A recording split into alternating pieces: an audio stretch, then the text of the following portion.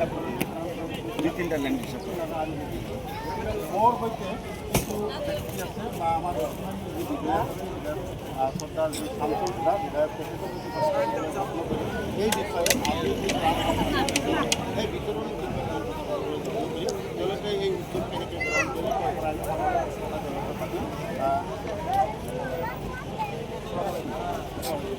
আজকের কার্যসূচি বিষয়ে আজি আমার হজরত মৌলানা বদরুদ্দিন আজমল কাসিম জাহুরিয়া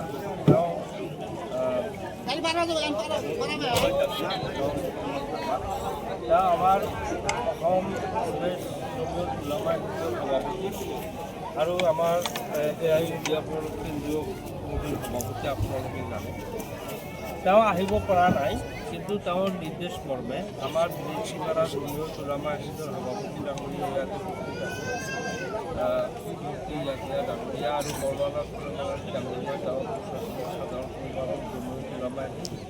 গতিকে তেওঁলোকৰ আমাৰ মুৰব্বী হজৰত মৌলানা বদৰুদ্দিন আজমল কাসিম জাহুৰিয়া আৰু তেওঁৰ নিৰ্দেশ মৰ্মে আমি বিদেশীপাৰা জমিয়ত উলামা হিন্দৰ তৰফৰ পৰা আমাৰ যিসকল আপোনালোকে জানে যে অসমৰ ভিতৰত সৰ্ববৃহৎ উচ্ছেদ অভিযান পেৰুৱা পাকৰাত কৰিছে অসম চৰকাৰে। এই অসম চৰকাৰে এইটো যিভাৱে পৰিচালনা কৰিছে জানে এইটো কেনেকৈ কৰিলে। গতিকে তেওঁলোকক অলপ সকাহ দিয়াৰ কাৰণে প্ৰতিটো পৰিয়ালকেই তেওঁলোকে ৰিলিফৰ ব্যৱস্থা কৰিছে। যে আজি কিমানটা পৰিয়াল আজি আপাতত 300 মানুহক দিব, বাকীখিনিক তেওঁ পৰ্যায়ক্ৰমে আমাৰ বিদেশীপাৰা জমিয়ত উলামা হিন্দৰ তৰফৰ পৰা দি থাকিব। গতিকে ইয়াত আমাৰ এটা কথা আপোনাৰ পৰা সুযোগ পাইছোঁ যে যিহেতুকে 1700 পৰিয়াল ইতিমধ্যে ব্যৱহাৰ হৈ আছে, আপোনালোকে এই উচ্ছেদিত যি 1700 পৰিয়াল ইয়াৰে মাজত কিছু এনেকুৱা ব্যক্তি আছে যিসকল যাবলৈ নাই, থাকিবলৈ নাই, খাবলৈ নাই, পিন্ধিবলৈ একোৱেই নাই, সৰ্বোচ্চ একেবাৰে শেষ হৈ গৈছে। সেই ব্যক্তিসকলৰ কাৰণে আপোনালোকৰ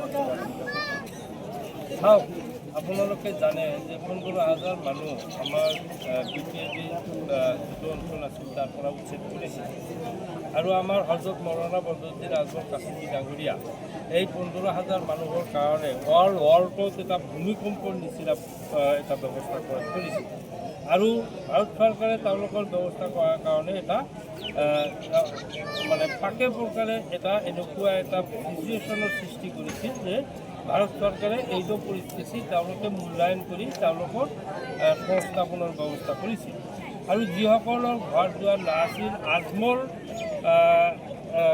এটা আজমল ফাউণ্ডেশ্যনৰ পৰা আমাৰ BPAD অঞ্চলত এটা ডাঙৰ এটা গাঁও আমাৰ হজৰত মৌলানা বদৰুদ্দিন আজমল এটা কলনী এটা বনাই দিছে, তাত ঘৰ বনাই দিছে, থকাৰ ব্যৱস্থা বনাই দিছে। তিনিটা ঠাইত তেনেকুৱা কোনো পৰিকল্পনা এই মানুহখিনিৰ লগত আগুৱাল ফাউণ্ডেশ্যনৰ হওক বা জমিয়তৰ কিবা